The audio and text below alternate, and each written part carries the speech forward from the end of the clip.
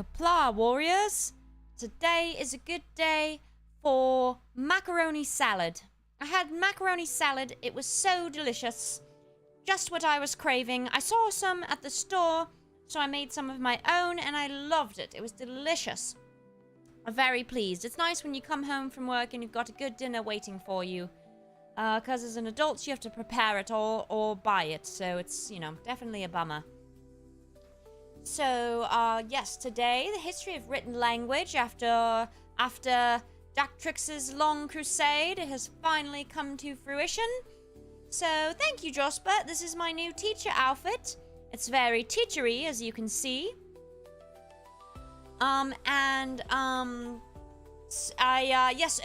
I did post, to the wrong Discord. Yes, you caught me, haha. So, yes, sorry about that. Mint chocolate chip ice cream, cut up peanuts. Oh, like diced, chopped peanuts. I really like mint ice cream, but I'm not a big fan of the chocolate chips that are in it, because they're just kind of like wax to me. So I prefer just the mint. And then mix in some Oreos. Mint Oreo is very good. You wouldn't think so, but it's very good. So, yes. While I'm streaming, use a small percentage of your brain to think of topics for next week. Use the majority of your brain to focus on what I'm talking about, of course. But also think about topics for next week, because we'll be voting at the end of stream. Also, you can put your impression requests in whenever, but they will be fulfilled at the end of stream, as usual for these type of streams, or the cozy stream, or the impression streams. So, Tuesday, Wednesdays, Fridays, save them for end of stream. Monday, Thursday, anytime. It's looking like for Friday, Kilo is going to win the poll. So getting ready for a Kilo, stream. And then those of you who subscribe to me on Twitch through your Amazon Prime account, please, the end of the month is tomorrow. So sometime soon, perhaps, your, subscription will need to be renewed manually, as we have discussed, because they're trying to make me lose followers, I assume. They want me to work for it. I understand. And then Roundtable Talk for July comes out tomorrow at 11 AM Pacific Standard Time. Last night it came out for Tier 3 members, such as Sleepy and Out of Context. Oh, I see Sleepy's here. And before we get started, I'll show off my full outfit right now, so you can see the whole thing. Are you ready? Ta-da! It's very modest and yet feminine. Ideal. And look at that posture with the shoulders rolled back. So, just but like an opera cake, is that you're referring to?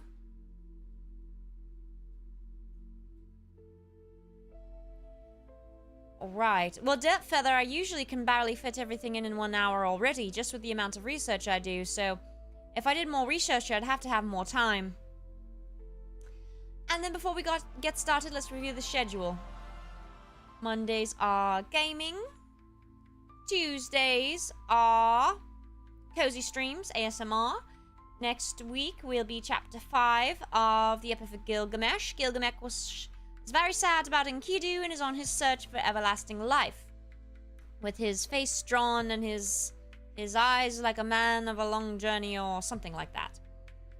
Out of context, I thought that was a tomato for a moment, and I was like, why is he showing me a tomato? Wednesday's a class with Dr. Export.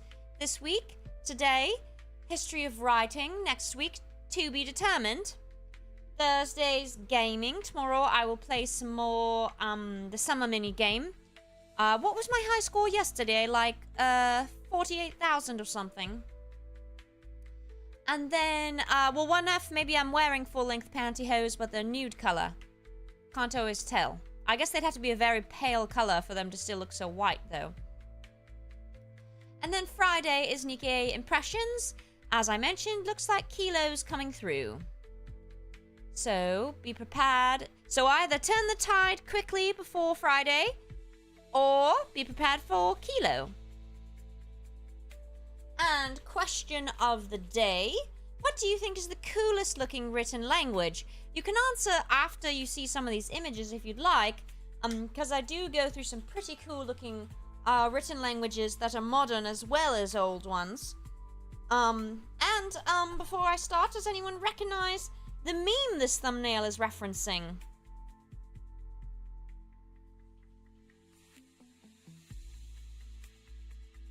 I think it's One Piece, but I just saw it on Civet AI and thought it was funny. And it fits, of course. Kanji, excellent choice. Arabic, yes, I do quite like Arabic as well, Jimwoo. Cyrillic, yes. Yes, Cyrillic is quite cool. Alright, you might have more thoughts after stream. So, does anyone know where the oldest writing system in the history of the world emerged? You might be able to guess. Any guesses? Give you a few more seconds. So, the written language appeared in several different areas of the world, but independently. So there were several independent systems that evolved, that developed, and then they influenced and resulted in others. So we'll go over the different areas where they seem to have developed independently. So some good guesses. Sumer is the correct answer. So Sumer is where the oldest recorded written language to date was found. And Sumer, or Mesopotamia, if you prefer to call it that. Mesopotamia is an area, though. So Sumerian was the oldest written language. So this is not the written language, but it was a precursor. So the Sumerian language started with counting tokens with symbols on them that represented the items being counted. So here's a really old one, very, very proto. Then this is a little later. You can see marks to count. And then what I'm referring to is more like this. This indicated, these could be used as counting tokens. You see, here's a goat. They indicated a goat. So we're counting how many goats. All right, here's one goat, etc. So, these were stamps that indicated grain, land, or cattle ownership. So I don't know if this is like, this one here, I don't know if that's supposed to be wheat or if it's a home, but this one's a goat. So cattle, goats. So this was a precursor to the written language. Then what's really cool is there's an ancient Mesopotamian poem that describes the invention of writing. So it's like a myth around writing. It's this myth about King and Merker I can't do this with a British accent. King and Merker, and another person he wanted to send a message to. So, this is not cuneiform yet, Jack Tricks. This is predating it. This is leading to cuneiform. And so, according to the legend, King and Merker's speech was substantial, and its contents extensive. The messenger, whose mouth was heavy, was not able to repeat it. Because the messenger, whose mouth was tired, was not able to repeat it, the Lord of Uruk, meaning the king, patted some clay and wrote the message as if on a tablet. Formerly, the writing of messages on clay was not established. Now, under that sun and on that day, it was indeed so. So the legend is that this king had a long message to send to this other person. It was like Anata or something. The messenger couldn't remember the whole thing. It was so long. So he just up and invented writing. So so it started with these pictures. They were pictographs, which means a picture which represents, yes, Mesopotamian, yes, Joss, but a pictograph here is when the picture represents the actual thing. So this looks like a goat and it represents a goat. That's important to know. Here's some proto-cuneiform, all pictographs. So out of proto-cuneiform, So still their pre-written language, because this is not considered a true written language yet by scholars. Yes, you would have to teach how to read. It's a good point. How would his... It's a very good point. So then... this is proto-cuneiform, and over 700 individual pictographs have been identified. So they had a ton. So they just came up with... Because they all represented the actual thing, right? So it became quite extensive. But, you know, you figure most people could probably understand it, since it represented the real thing. Now, here's more what it later became.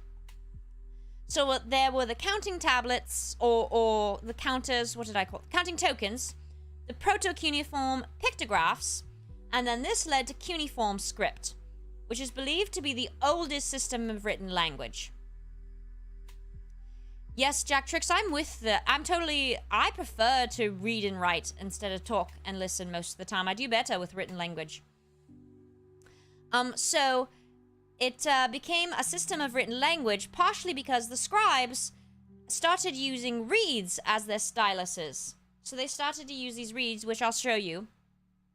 And using the reeds kind of altered how they created the pictographs. And cuneiform was used for over 3,000 years, but it evolved and changed greatly in that time, which is very important, because it started, as we said, as pictographs, so each thing represented its thing, and then syllabic, which means that an image represented a syllable, such as ka, and then, by the end, individual images represented individual sounds, just like the English alphabet does. So here's a cool... And there were there was a variety of cuneiform, so it started in Sumer, but then there was Assyrian, there was Babylonian, there was a Hittite, an Akkadian cuneiform. There were many kinds that developed. So you can see the oldest, and then you see how these wedges developed. So the word cuneiform means wedge-shaped, because the stylus that they used was wedge-shaped. So you can see when they went from this to the wedge-shaped one, it created these gorgeous wedges. So very cool. And then so by transitioning from the pictographs to the syllabic and phonologic, the phonograms, this allowed them to communicate more complex and abstract ideas and names, because instead of just showing like bird, tree, house, you could say more things, like creating the sounds of a word. So if I wanted to write export, that would be difficult with a pictograph. I'd have to have an image representing me, whereas later with the ones that were phonologic, I could use, or phonemic, then I could use the E and the X and the P-O-R-T, and someone would read that and say, oh, yes, that's export. So yes, man is the most complex one, but not by the end. See how much they simplified it. They got tired of having to work so hard. They were like, this is ridiculous. And then they also they went from about 1,500 signs down to about 60 in this transition from the pictographs to the syllabic to the individual sounds. Kind of like how in the English alphabet we have 26 letters, but if we had pictures, there'd be a whole lot more. So they were able to reduce from the 1,500 to 60, and not all of those were letters. There were also determinatives, which were used to clarify meaning. They were put at the end and they clarified what the meaning was. They also created compound signs, such as the image for mouth next to the image of water meant drink. So pretty cool. And then one sign could have multiple meanings depending on the context, and they created the determinatives to help. Is that my last one? Here's another one. Interestingly, the Sumerians did not call themselves Sumerians. I believe that's an Akkadian word, perhaps. They called themselves Sog... What was it? Sog something. Let me look this up. What did... I'm looking down at my phone if I'm... Sumerians call themselves Sog... Where is it? Sogig. They called themselves Sagig, so here's Sog. It meant black head or bald head. Here's another one. Very cool. I just love these. I think it's fascinating, the evolution of them. The way it goes from these pictures on to the wedges created with this stylus. I love it.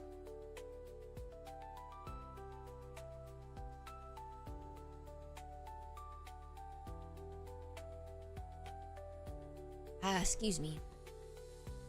And then I believe I have one more. One more. This shows you the evolution, how it went from all the way from pictures. You see how these are all pictures to representing sounds, right? Very different, much more advanced. So, I can't remember if I told you, the writing would be done. They would write it in soft clay with a reed stylus, as I mentioned. Then they would dry or bake it so that it would harden, which is why we have these today. All right, another area that writing developed, and it's unclear whether this was completely independently of cuneiform or if it was influenced by cuneiform, or maybe vice versa, and we just don't have the evidence yet. But that would be, of course, the Egyptian hieroglyphics. And Egyptian art is just stunning. Look at these carvings. Better than most of us could do, right? Tom, yes, they did have a numbering system. They used a base 12 counting system, and they had numbers for that. So, hieroglyphs came into existence based on current information that we have, current evidence. Hieroglyphs came into existence shortly after cuneiform, possibly influenced by it. And hieroglyph, the word hieroglyph means holy writing, because the Greeks such as Herodotus, believed that this writing was sacred. But the Egyptians called it Medu Netia, meaning the gods' words, because they believed writing came from the gods. Similarly to Sumerians, because that king I referenced, he was a demigod, I believe. And there are 3 different types of hieroglyphs. So similar to the evolution of cuneiform, there were logograms, which represented words, phonograms, which represented sounds, and then determinatives, which are placed at the end to clarify meaning, just like in cuneiform. So if it was if the message was ambiguous for some reason, then there would be a determinative which would clarify. Now there is a theory that perhaps some scholars believe that the ancient Egyptian hieroglyphs were derived from rock pictures by prehistoric hunting communities that lived west of the Nile and communicated with visual imagery. And some of these rock images are found on pre-dynastic Egyptian pottery. So it's believed these may have led to hieroglyphs, so proto-hieroglyphs, if you will. Now, there's a tomb of a man who was buried in 3100 BC, so it's 3100 BC, and there were a great deal of objects in the tomb, which were all labeled. There were more than 150 labels, and these labels that have been found, his tomb was ransacked by tomb raiders, what's the other? Grave robbers. But archaeologists, professional grave robbers, they have found these 150 labels, and these are the earliest known writing found in Egypt. So very cool. Then, just like cuneiform, it further evolved because they wanted to save time. Look, they would take a lot of time to write a message using this, of course. So they wanted to save some time. So it started. So here's the hieroglyph. Then they moved on to hieratic. This was created by priests and temple scribes so that they could write more quickly, and it was called the priestly script. So you can see that here. Then that went further to demotic, which means the word demotic means popular because it was used. It overtook hieratic and it was used by the common people. But the Egyptians called it sekshat, or writing for documents, And it was even more abbreviated, and it did not include any pictographs at all. So you can see this owl, I assume that's an owl, owl-like, and where's the owl? It's gone. Goodbye, owl. That's too time-consuming. Can't say I blame them. Oh, Gadako, how did you do that? That's fantastic. What does it mean? Another image, I believe. Here's another one. This one's kind of cool.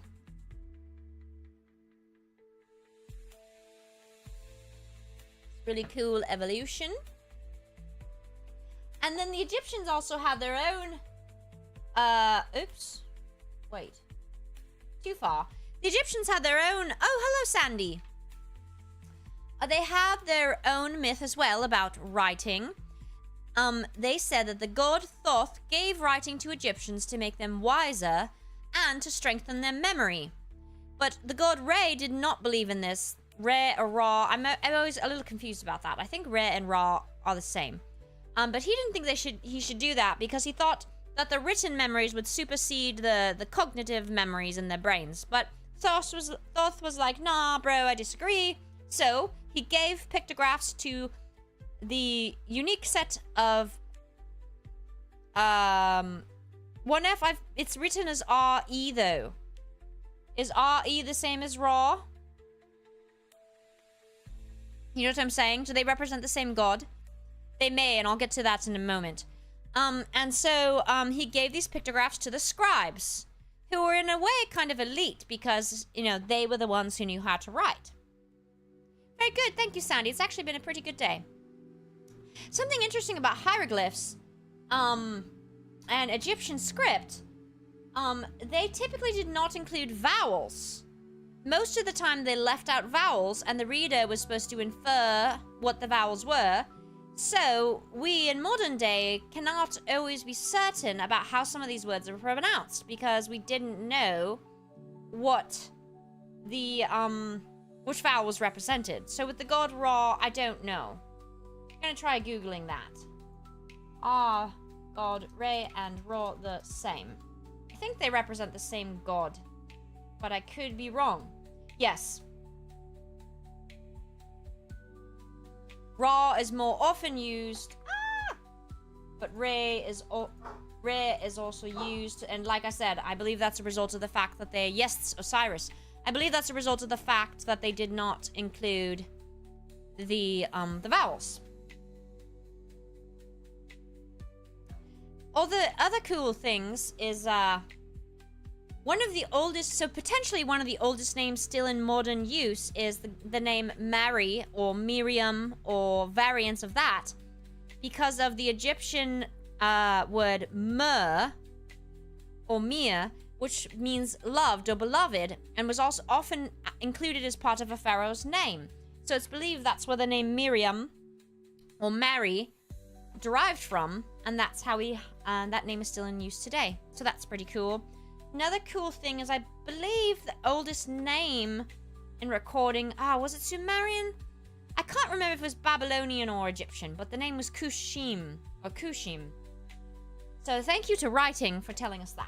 Although they're not 100% certain if it was his name or his title, like was he an accountant. Thank you, 1F. Ultra, I think you mean Mega Ultra Chicken. So very cool. Yes, Kadako, that's a good one. All right, so we shall move on.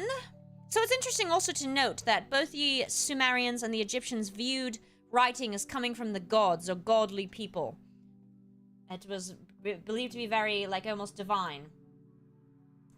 So moving on to China, that's another area where writing definitely independently developed. This, as far as we know, this had no influence from Egypt or Sumer. So this developed during the Shang Dynasty.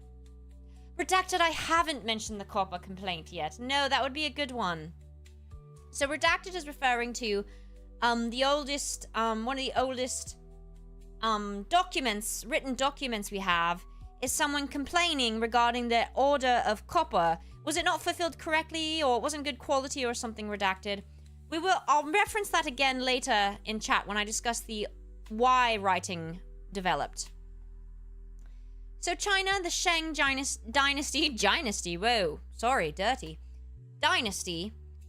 Please forgive me as I butcher these Chinese words. I'm sorry. Ah, yes, Tom, that's right. Yes, that's right. So in Jiaguan, 1600, so not in Jiaguan, it's called Jiaguan. So developed sometime between 1600 and 1000 BCE. This script developed is on oracle bones. So these bones came from shoulder blades of oxen or plastron of turtles, and then they were scraped, cleaned, and inscribed with marks for divination. So the person would go to a diviner and they would have a question for them about the future. So the diviner would inscribe their question into the bone, and then the bone would be placed near the fire or otherwise heated to crack it. Then these cracks would be the answer. The diviner would interpret the shape of the cracks or you know, kind of like reading your poem, I assume. And that would be the answer, such as, should the king go hunting tomorrow? Is tomorrow a good day to hunt? And then you'd get your answer. It's another really nice picture. Gorgeous, isn't it? Sorry, when I say gorgeous, it makes me laugh because it makes me think of Steve Irwin. Good man, may he rest in peace. So then the next script. So this script was pictographic. So perhaps these represented mountains or water. But it was pictographic. Just as the cuneiform and hieroglyphs were. Moving on was the Dazhuan script, developed between 1000 and 700 BCE. Not yet redacted. This is Chinese.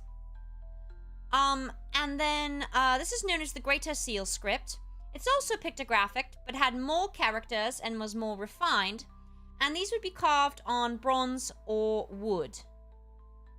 Yes, One If, I miss him as well. He was a good man. I tear up when I see clips of him. I believe this is another of the same. I believe. Then there was the Shaojuan script, which evolved in 700 BCE-ish. This is known as the Lesser Seal script, and it was less pictographic and more logographic, meaning the images, represented words instead of, like, pictorial images, and it is still in use today.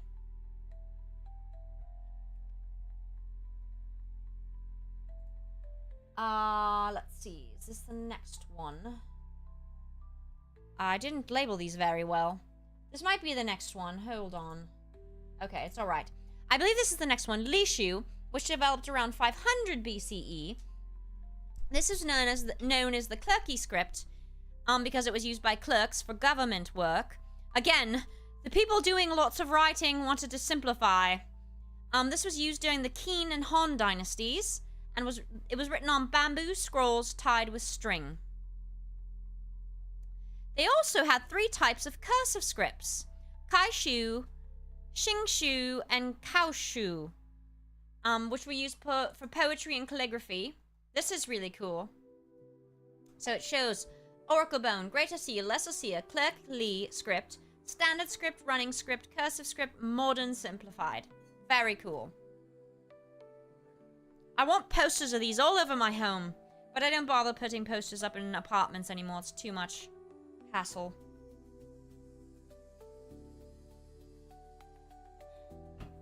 So you can see these Oracle Bone ones representing a human, and then moved away from that.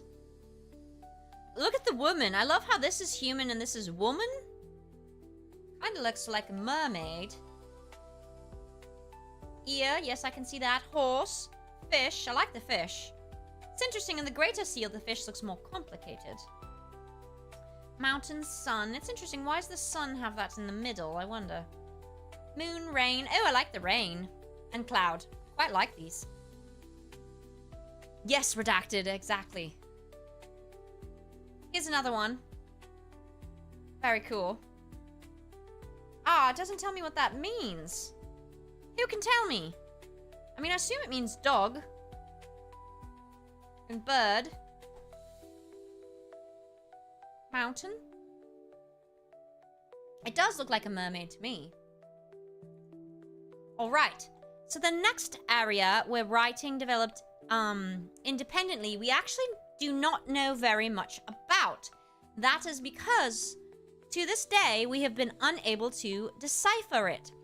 So it's... Ah, thank you, Matryoshka. Matryoshka. I believe so as well. So, to this day, we can't decipher it, and we don't understand it very well. So I'm hoping AI can help us out there, and we can have a newly deciphered language. And the thing is, we don't even know what language it represents. So once we decipher this, could be that we've identified an entirely new language. An entirely new language. How cool would that be? So this is the Harappan script. So this refers to the Indus Valley civilization, which is one of the other ancient areas where it's believed the Neolithic Revolution potentially also independently developed, in one of the major ancient civilizations of the world. When we talk about the big ones, it's usually China, Indus Valley, Mesopotamia, Egypt, and the Americas, with like the Inca and the Aztec. So very cool. So the earliest samples are from the Harappan stage. It's usually also referred to as the Harappan script. This stage was 3500 to 2700 BCE. It's found on pottery. And then most inscriptions that have been discovered are short. So there's only like 5 images, or the longest one has 26.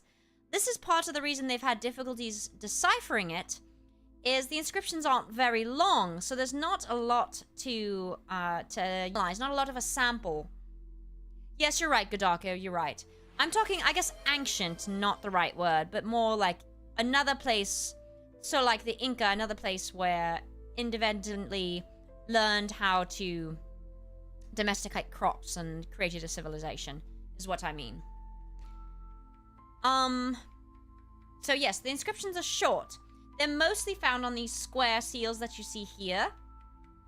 But they are also found on pottery, bronze tools, stoneware, bangles, bones, shells, ladles, ivory, and on small tablets made of steatite, bronze, and copper. So they've been trying ever since it's been discovered. Ever since they discovered it, they've been trying to decipher it. They've identified 400 different signs, but only 31 out of these 400 occur frequently. So the other ones recur relatively infrequently or not regularly. So this leads scholars to believe the possibility that there were many more inscriptions made, but they were done on palm leaves or birch, sheets of birch, and thus they did not survive the test of time like these seals have. Pretty cool. I like this image because it shows you how... Oh, alright. So it's cool because what they would do is they would create this, and then you could press it, and that would make the seal. So instead of writing it every time, instead you would just use it as like a mold, right? Or a stamp. I guess this is a bizarro stamp, the opposite of a stamp. But a mold, I guess. So you could press the clay in. Yes, Jackstrix, it could have been names. It could have been... There's a lot of possible answers. That's what I was thinking of as well. Could have been names, could have been ones that fell out of use, maybe over the development of it. They could have been simplified. An extinct language branch, Matryoshka. I think that is a strong possibility, because they haven't really been able to connect it to any existing language or identified languages. So here is another version of it. Another image, I mean. And another. So we found a lot of these, but we just can't decipher them. So I'm really hoping that we can work with AI and decipher them, because that would be so cool. Yes, Matryoshka, what if it was a completely separate, extinct language branch? How cool would that be? That's the kind of thing I get very excited about. Alright, next is one that I had never heard of. Very little information as well, unfortunately. The Olmec, did anyone know there was a writing? It's argued whether this is... There's disagreement among scholars whether this was a true writing system or a proto-writing system or not really a writing system at all. So the Olmec had these symbols. And 900 BCE, the Olmec had these hieroglyphs. A writing or a proto-writing system. So the 900 BCE ones are the oldest in Latin America. And then there's the Cascajal block, which is one of the best samples, which has 62 pictographs on it. Josbot, this is pre-Mayan. The Olmec preceded... it's considered... Currently, the Olmec considered to be the mother culture of that area because they preceded the Mayan and the Zapotec and others. They're the oldest reliably identified in the area and seem to have influenced the Mayans and others.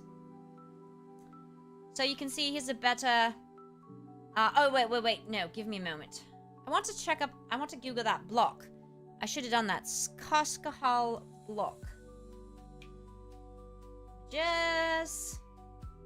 Oh, well, that's shite. Can't see anything. It needs to be scanned. Okay, so this is what the block looks like. We just can't see.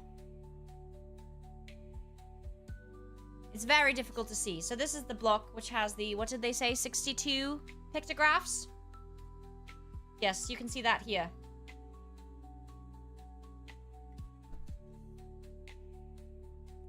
Yes, Jack Tricks. That's what many scholars believe. There's a lot of disagreement. But then following the Inca...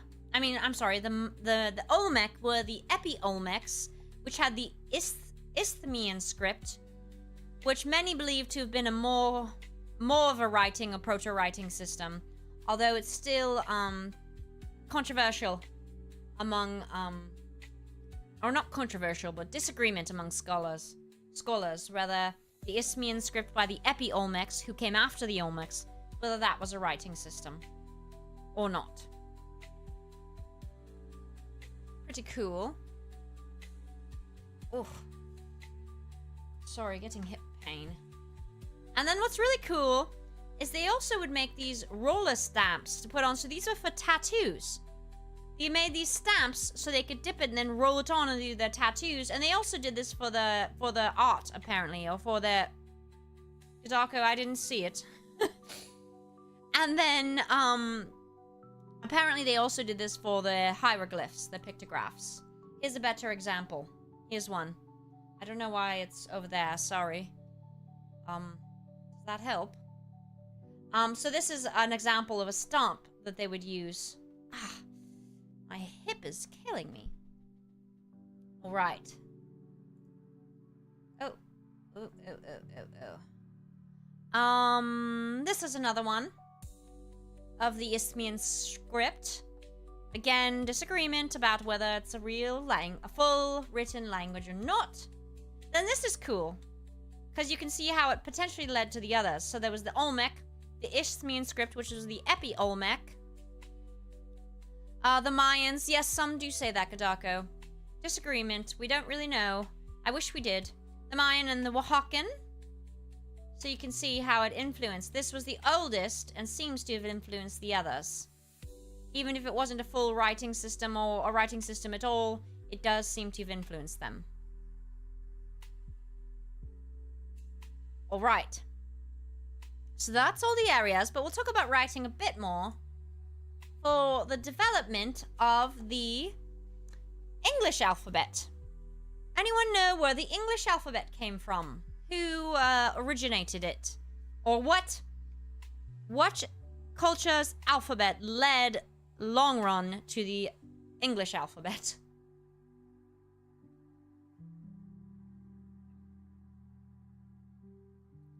Anyone know? Close, Godako, but not quite. So this is the, yes, Matryoshka has it, the Phoenician script. So the Phoenician script led to the creation of the Greek, which led to the Roman, and what we use as the English alphabet's referred to as the Latin alphabet.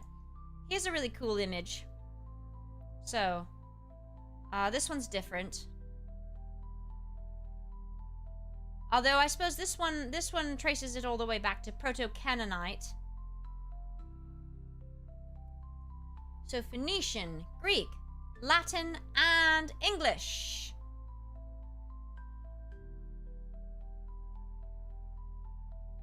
And then this one is really cool. But you can't read it. This says Proto... Hold on, let me make it small. Proto... I can't tell. Proto something, but I assume it's the same as the Proto-Canaanite. Phoenician, Greek, Latin, Roman, Ancient Latin, Roman, English. Very cool. Very cool. Very, very cool. I like it. This is another poster that I want. Now, there are also, we'll go over some of the things they used to write with. So here's an Egyptian reed pen, a quill, a cane pen, a white writing brush, a lead pencil, Roman metal pen, a steel pen, a stylus. I like this though. This is a great image because it shows you why the cuneiform was wedge-shaped and why cuneiform was called cuneiform, aka wedge-shaped. Because of the wedge that was created on the stylus. Isn't that? And you can see, here's another good image that shows you. See this wedge here? Wedge, wedge, wedge, wedge. And one more. Oh, shoot. There was a really cool image that showed how they cut the wedges from the cane, from the reed. But I don't have it.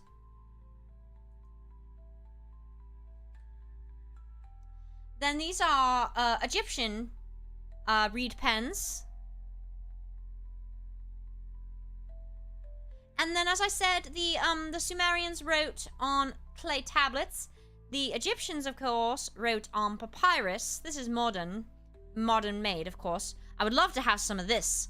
I'm gonna have a little museum in my house. Someday I'll be rich and I'll have this epic library / museum and I'll have this in there. Papyrus. And then the Chinese, of course, eventually created paper. Now, cursives. Anyone wondering about cursive? English is not the only language to have cursive. I had a little trouble finding good images of some of these, but I did my best. This is Bengali cursive. Hopefully, that's what I intended to get. So, Bengali cursive. Stunning. This is an example of Chinese cursive. Look at this, it's flowing, which makes sense because they use the brush. So it does have this fluid look to it.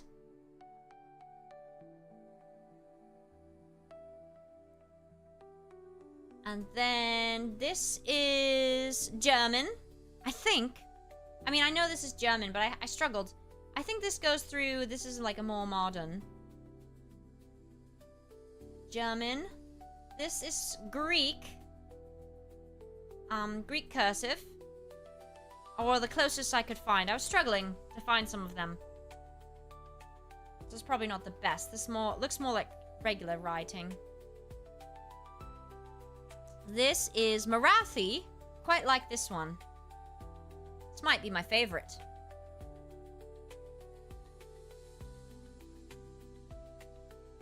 I'm going to look up cursive Cyrillic Matryoshka after I get to this. Roman.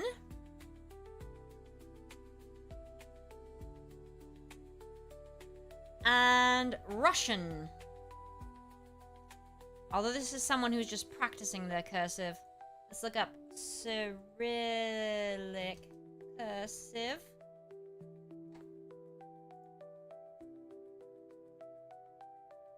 Well, that doesn't look like anything. See, this is what I mean. I had trouble finding images of many of these. Let's try this again. Cyrillic. Cursive.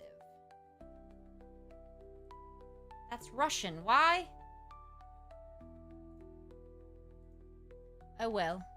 Is it Cyrillic? Okay, there we go. Thank you. Right. Next, why did writing develop? Well, as communities grew into civilizations, there were a lot more goods and resources to keep track of. So cattle and wheat and goats, for example.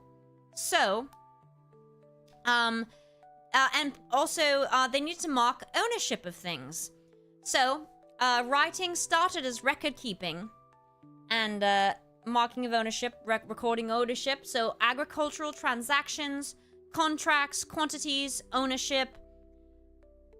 And then, yes, redacted all boils down to trading.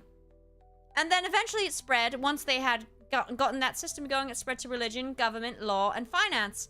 And became very important in all of these areas as well. And then, the oldest, the copper complaint is a perfect example of this. Is one of the oldest written,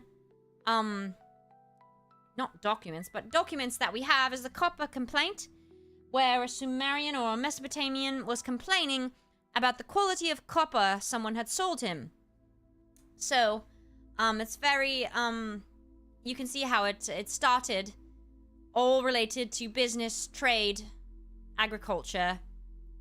Who owns what, who bought what, how much do they owe? Now, the future of written language.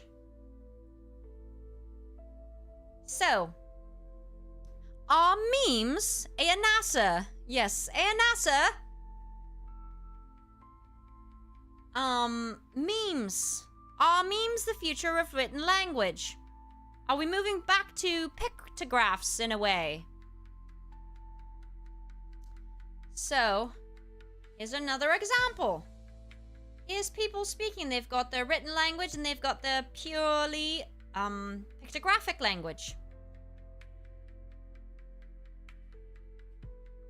Is this the future? Are we going backwards? Redacted Kojima agrees with you.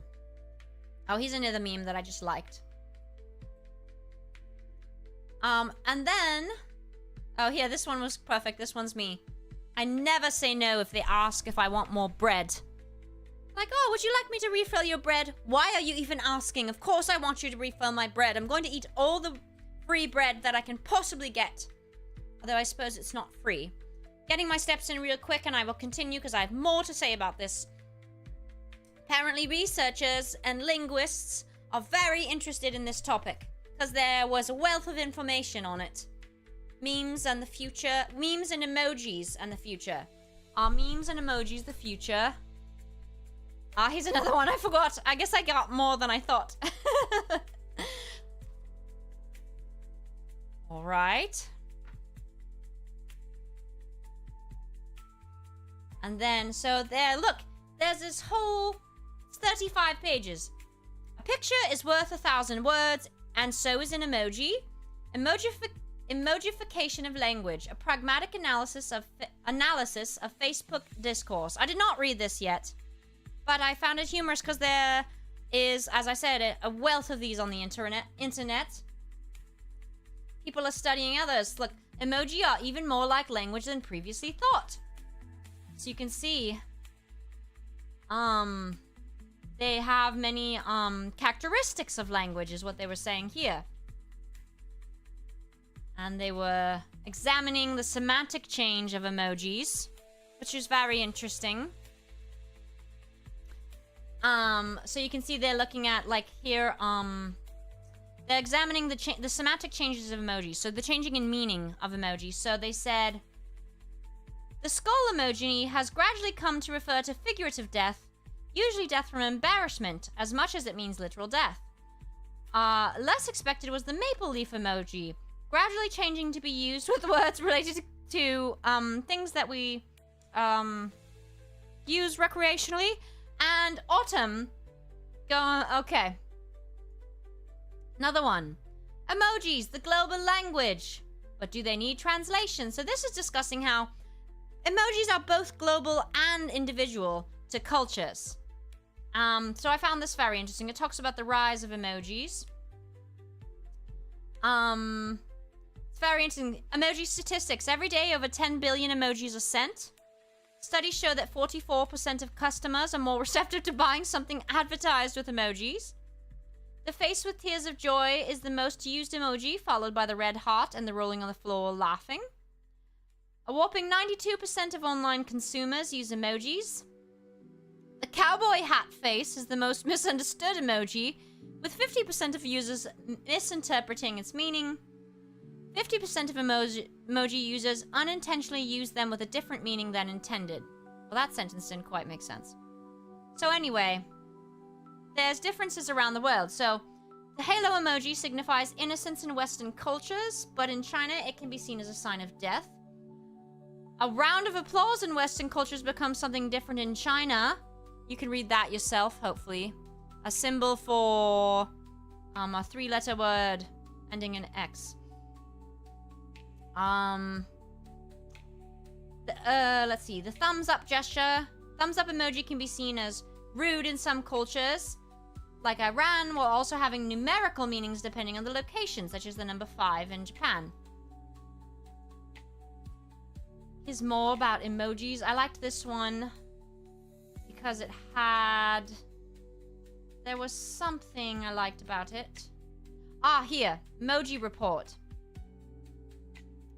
The most common, yes. This one.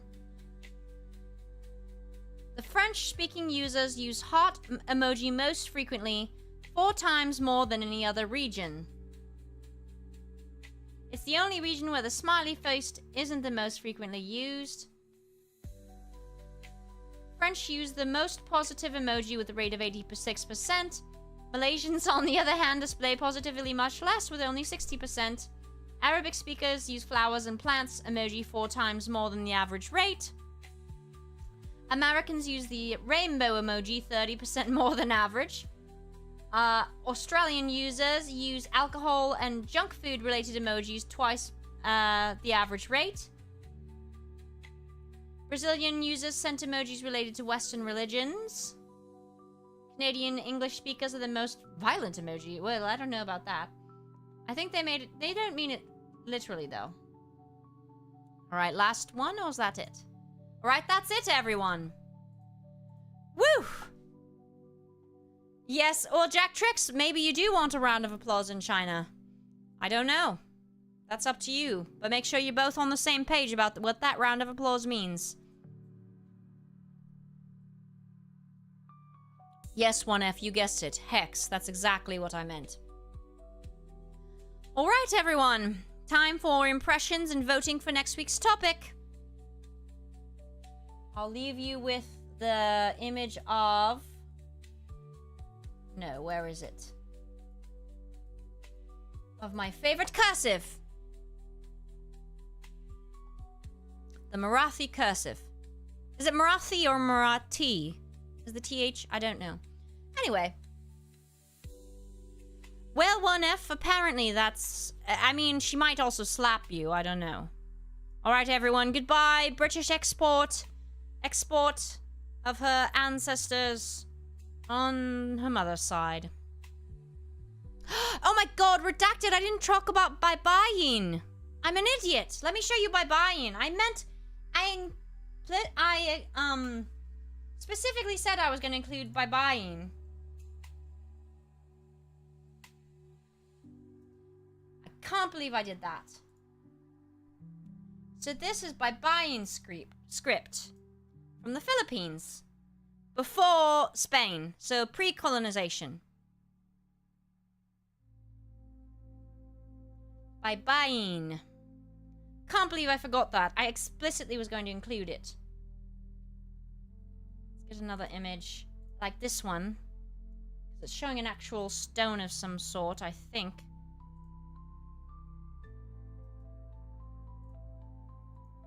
Look at that beauty. Isn't it beautiful language?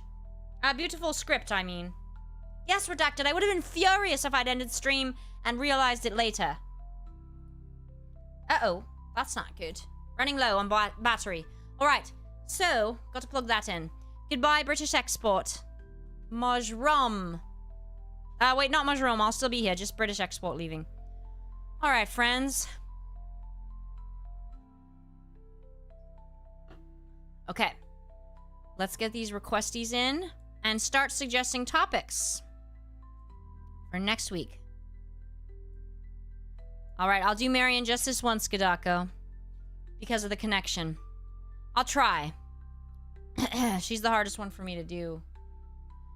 And that's why I should be the main heroine. Not my best. I've been doing British. I struggle after been doing British. Well, hello! Yan, I will smelt you with these awful copper you sold me. I like that, Gudako. 3500 BC? That's almost as old as export. Alright, so topics for next week. What do you want? I see requests from Advent Ace. Quick Chime, you and Kilo figure out a writing system for the kingdom. And no symbols. I'm the only symbol we need. The history of Hideo Kojima warning us.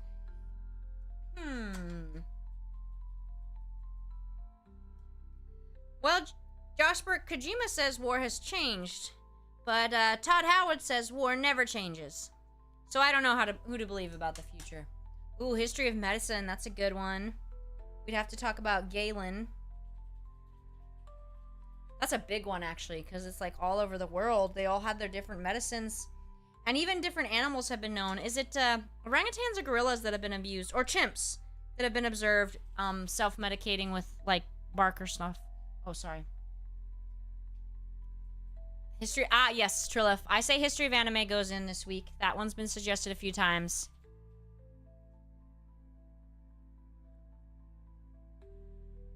Ugh. Matryoshka, we did Shark Week. We did have a shark stream. And they don't all have to be history, too. I love history, but you can choose non-history things if you want to. Although I feel like everything's history, isn't it?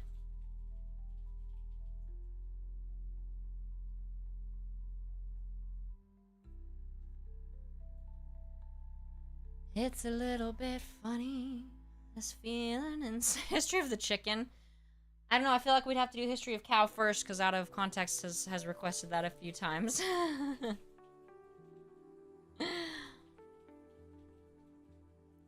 It's a little bit funny. Matryoshka, the toys, you mean like the history of toys, like those ones they had in Egypt, or? That's a super interesting topic.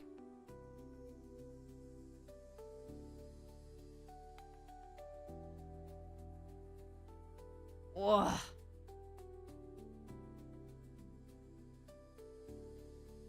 Ah, interesting, redacted. I'm gonna Google that. Right now. I buying Una. Ah, yeah, it came right up. That's what he said? Ooh, look at that beauty. Very nice. All right.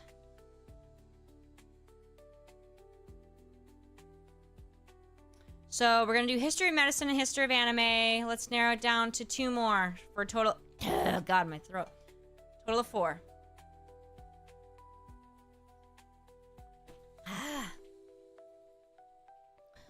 Oh, the creation and background of the Star Trek franchise. I mean, I'm certainly interested in that, but I don't know how many of you are. That's why I don't do my Tuesday Star Trek streams anymore. People weren't interested. Not enough.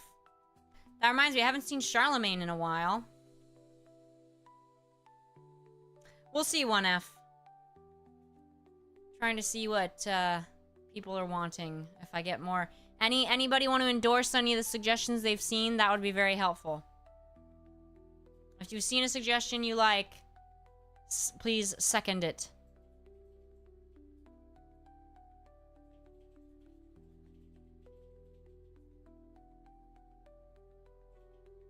History of air conditioning actually would be interesting, 1F, because they did have some really cool, like, I was reading about, like, Native Americans and the really cool designs they had for, like, their housing that would keep them warm or cool depending on the season. It's pretty awesome. Now, I would just go back to that. Because a lot of the ancient, like, you know, like in other places too, like Egypt, they would build it in a way so that, like, breeze would go through and stuff like that. It's, like, pretty fascinating. Nobody is seconding anything. Okay, Jack Trick supports history of air conditioning. All right, air conditioning's in it.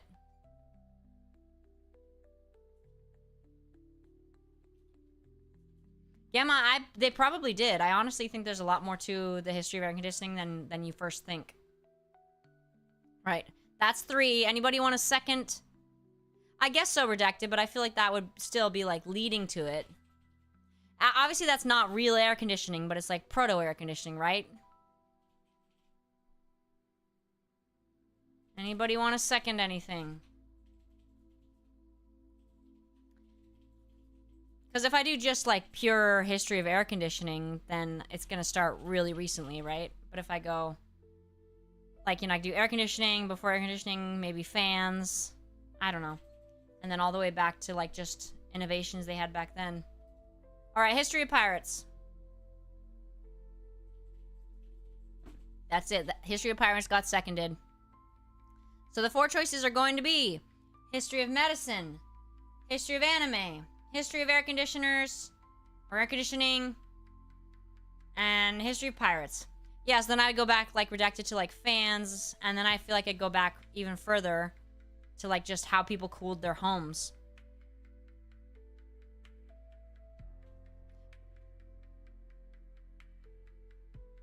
All right. Poll is up. Vote. You spin me right round, baby, right round, like a record, baby, right round, round, round.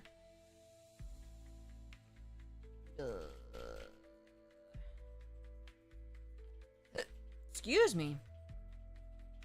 Hold on, I'm gonna yawn. If I look like I'm screaming. No, that's pretty mild. Anyway. Discussion topic from, Discord. Yes, Redacted, I understand. I'm just saying, like, they probably were like, what can we do better than passive cooling? And that could lead to more things. Topic from Discord. Is Lily Wise considered a pilgrim? And is she even Lily Wise or is she Lily Vice? Just Lily Vice, just saying.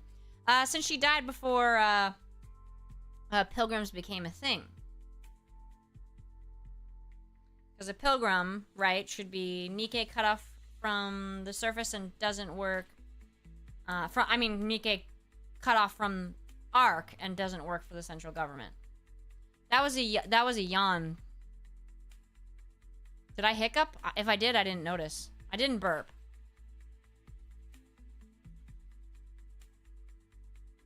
Reminder one more time, if you subscribe to me on Prime if you subscribe to me on Twitch through your Amazon Prime account, please resubscribe in the near future, because the end of the month's coming, so you might be about to end your subscription.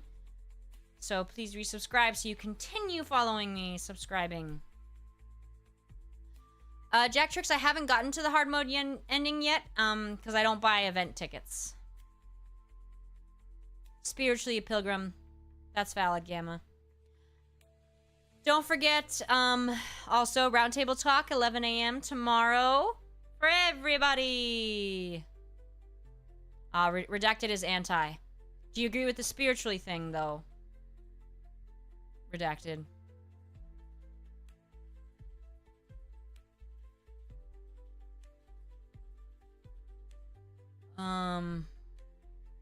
Did they abandon her, though? Since she and Anderson got recalled by them to the Ark? Almost out of water. Redacted the what? The what?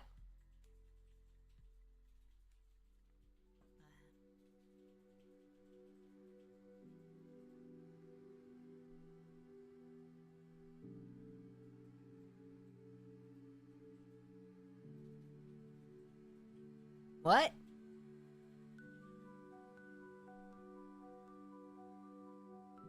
Eh?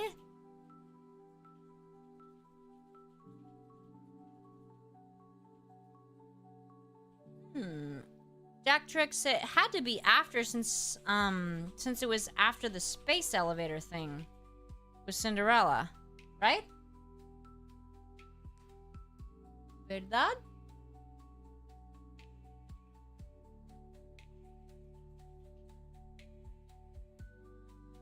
Blooby dooby dooby dooby.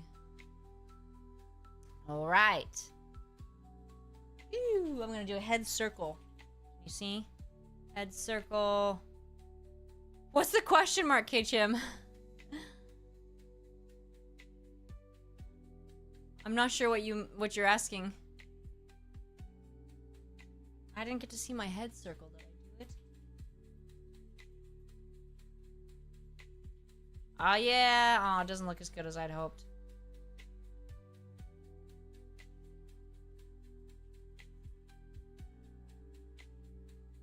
Okay, wow, looks like air conditioning wins. Redacted the thawing?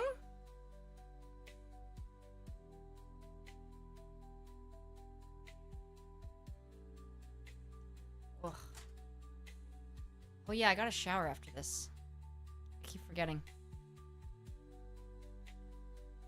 There was something else I was gonna do after stream. Maybe it was just shower? I feel like there was something and I was like, remember to do that after stream. Oh well. Anyway, new crusade, Jacktrix. Twitch won a history of anime. I won by a lot over there, but when I combined the two, air conditioning was the success. I was gonna say successor, that's not what I meant. Was successful. Oh, redacted, yes. Of course. Yes. Very exciting. Woohoo! Christmas! The Christmas burr months.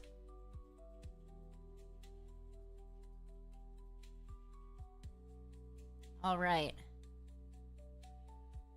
Feed the cat 1F. Do you work for her? Did she hire you? All right, everybody, last call for impressions.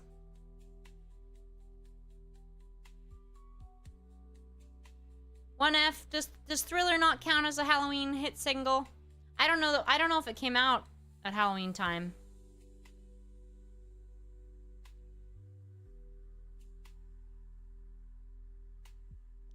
You spin me right round, baby, right round. All right, what time is it? I'll give you 1 more minute. If there's any impressions. Uh-oh, what did I do? Impressions pushing down on me. Okay, Jim.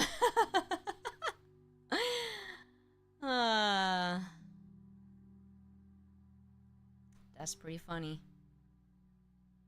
All right, once that 9/12s. ACPU freeze. I love that one, Jospert. Oh, Advent Ace. I love it. You'll never get the good copper from me. That's hilarious. I love it.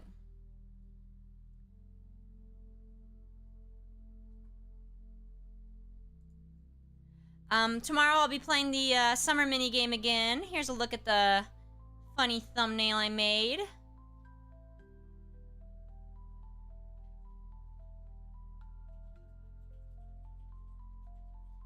Do a little Gollum voice with that.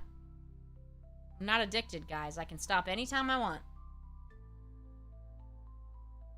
Yeah, sorry, K-Chim. We'll keep bringing around pirates and anime.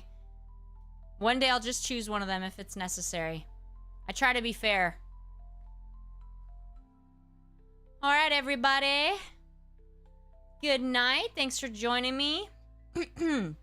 Hope you have a good day tomorrow. It's supposed to be pretty hot here, so I hope y'all stay cool. Congrats, Jospert.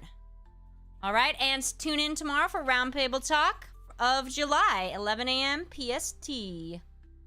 Majram.